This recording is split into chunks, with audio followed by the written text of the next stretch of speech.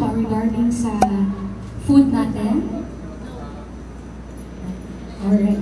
So, this one po, it's important.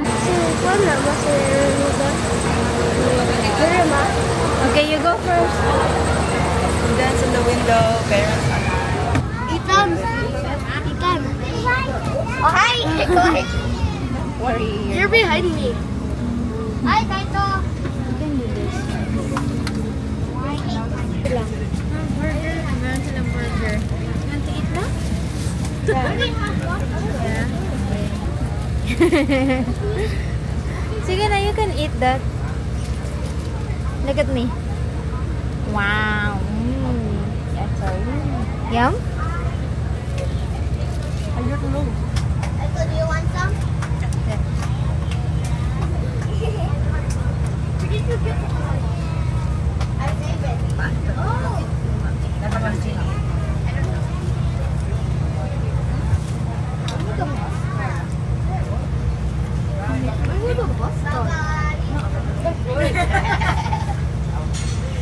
I have to wait this before. Can I use my phone? Still. I got the picture.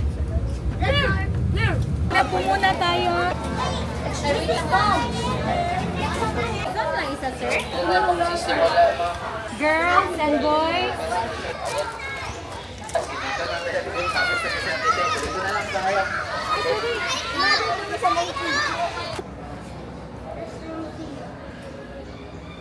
Sige na yung... Later sa show, makikita natin si Lakas mamaya. So, isasali namin siya. So, we're gonna see Lakas in a closer look. So, Lakas here is a white-bellied eagle. They are commonly found in near coastal. We have here our Philippine serpent eagle. Okay? Philippine serpent eagle is an endemic animal here in the Philippines. Endemic meaning they can only be found here in the Philippines. They can identify which snakes are venomous or non-venomous. So they will adjust their attacks based on their targets. Yes po. So the big fish is called the alligator gar or alligator fish. Okay? There is a difference about tortoise and turtles. Observe both of a dugong or sea cow. Okay? So they are called sea cow because most of their diet is seagrass. So basically, para silang cow po sa dagat. And ito po siya, donated po siya ng nagmamay. So kids, mommy, daddy, that is our northern cassowary. Okay? So northern cassowary is the most dangerous bird in the entire world. Hello, chimpanzee!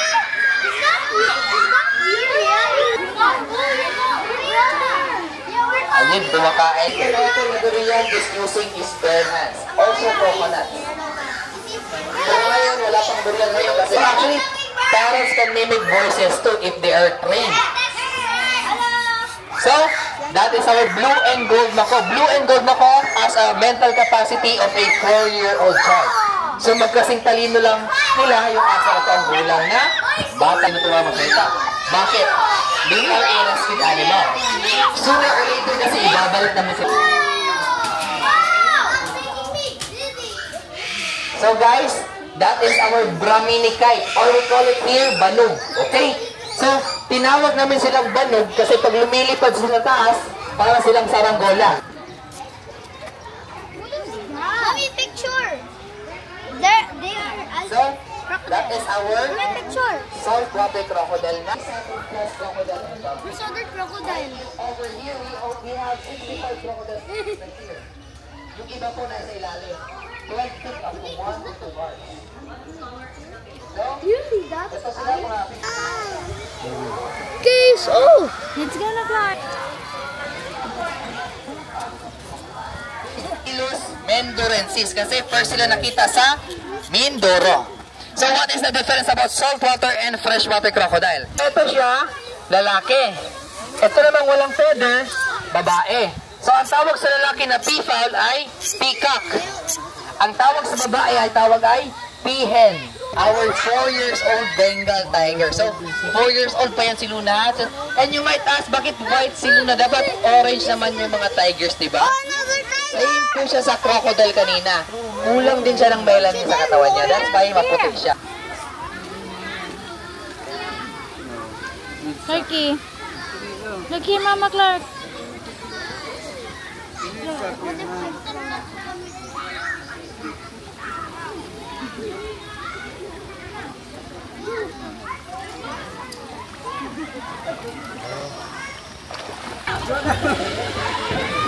Oh my God!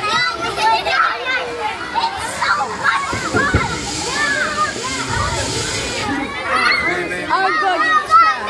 I've never gone through.